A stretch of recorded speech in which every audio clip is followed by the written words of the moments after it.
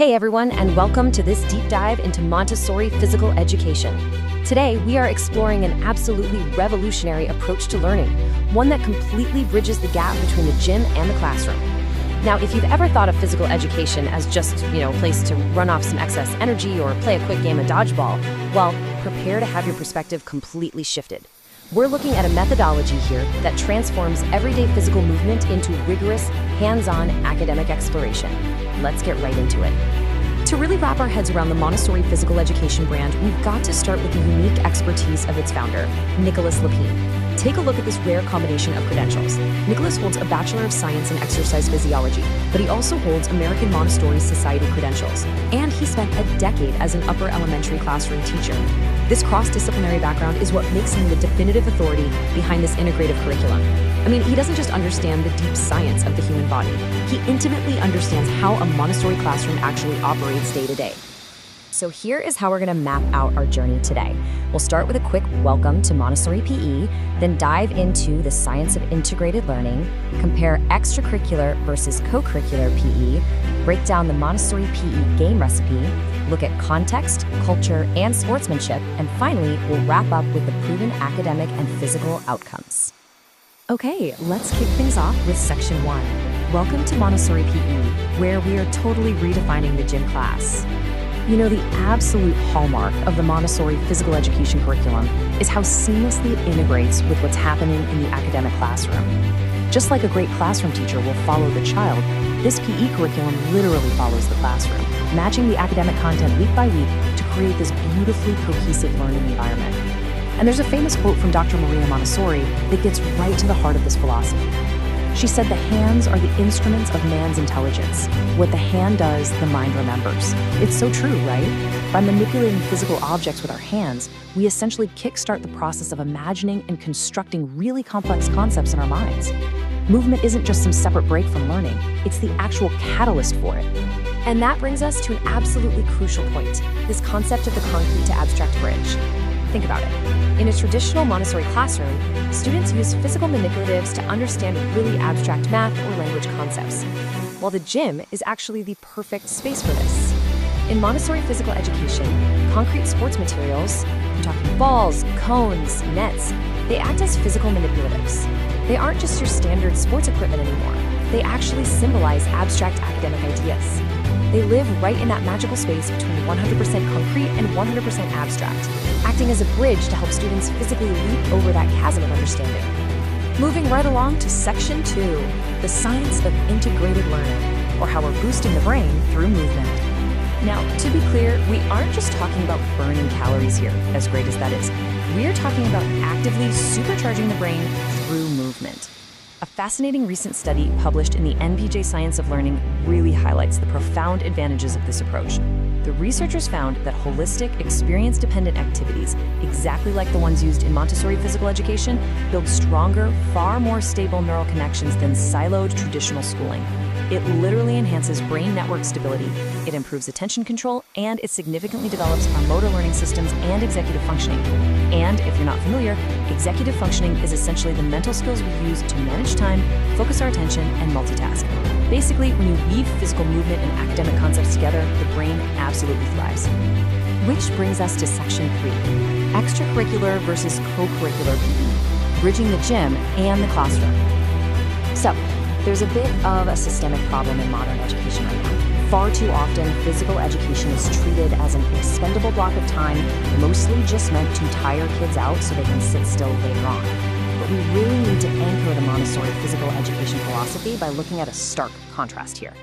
Think about an extracurricular activity. It's not explicitly connected to academic learning, right? But a co-curricular activity? That complements and connects directly to the academic curriculum. This is a huge paradigm shift. PE needs to stop hiding behind the whistle.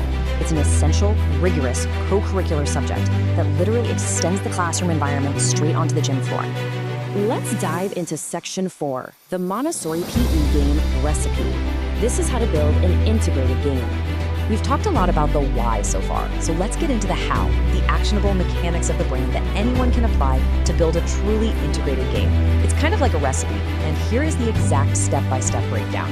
Step 1, you select a familiar game that already has specific physical movement goals. Step 2, you inject a theme from the Montessori classroom right into the narrative of that game. Step 3, you alter the rules, assign meaning to the colors of your equipment, and change how materials are used to reflect that meaning. And finally, step 4, you play a highly active, totally physical game with classroom content. Now, I know what you're probably thinking.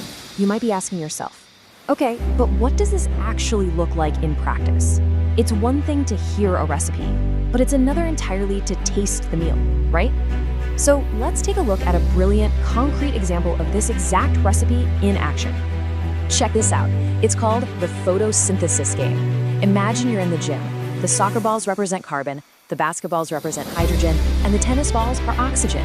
The students are tasked with juggling and dribbling these specific balls to physically break apart molecules of water and carbon dioxide. Once they physically succeed at that, they bring the balls to the center of the gym to build a molecule of glucose, physically visualizing the leftover oxygen. I mean, how cool is that? They're turning an abstract chemical equation, photosynthesis, into a concrete, breathless, and incredibly fun reality. All right, moving to section 5, context, culture, and sportsmanship. This is all about the power of why. If you want to get students into a true state of focus, what Dr. Montessori called normalization, you really have to give them the why. And notice how this approach totally eliminates those vague platitudes we always hear, like, just be nice. Instead, students are given a highly logical, cascading if-then roadmap. Think about it. If you're fun to play with, then you get more invitations to play. If you get more invitations, you make more friends. If coaches see you're a good teammate, you gain more playing time. More playing time ultimately means you develop significantly better skills. It makes perfect sense. It provides kids with a crystal clear, logical context for their social behaviors rather than just telling them what to do. Beyond social skills, we also provide the why through some really profound cultural context. By playing traditional indigenous sports, physical education connects directly back to the students' historical and cultural classroom studies. For example, they learned that Native American lacrosse was historically used to resolve disputes instead of going to war. Or they might play Seven Stones to deeply understand themes of rebuilding after destruction. They even play Aboriginal games designed to teach crucial survival skills. Suddenly, the movement isn't just exercise anymore. It has deep, profound historical meaning. And that brings us to our final section, Section 6, Proven Academic and Physical Outcomes. Let's look at the real results from integrated PE. Because at the end of the day, we have to prove why this methodology actually works for whole child development, right? Well, looking at the data derived directly from Nicola Lepane's thesis and his subsequent experimental studies, the outcomes are frankly striking. Look at this. Lower elementary students who participated in an integrated scavenger hunt relay showed a marked increase in their memorization of the planets in order. And upper elementary students who integrated the scientific method into their PE games, they showed significantly increased recall and critical thinking compared to the control group. Actually, it's even better than that. Every single class that received the integrated Montessori physical education intervention outperformed the control groups academically. Every single one.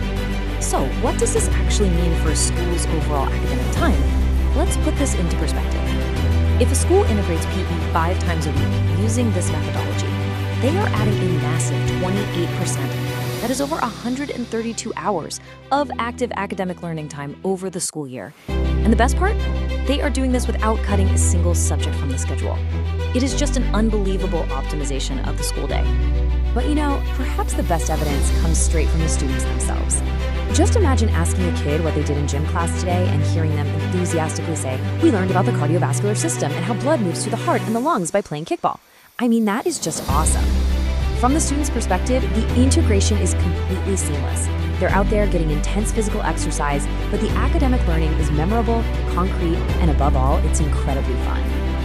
Which leaves us with one final vital thought to consider. The evidence is totally clear, the brain science absolutely backs it up, and the methodology is ready to be implemented right now. So how will you bring this integration into your own school to transform physical education from just an extracurricular afterthought into an essential academic co-curricular? Thank you so much for joining me on this explainer. I really hope this deep dive into Montessori physical education has inspired you to rethink the true potential of movement in learning.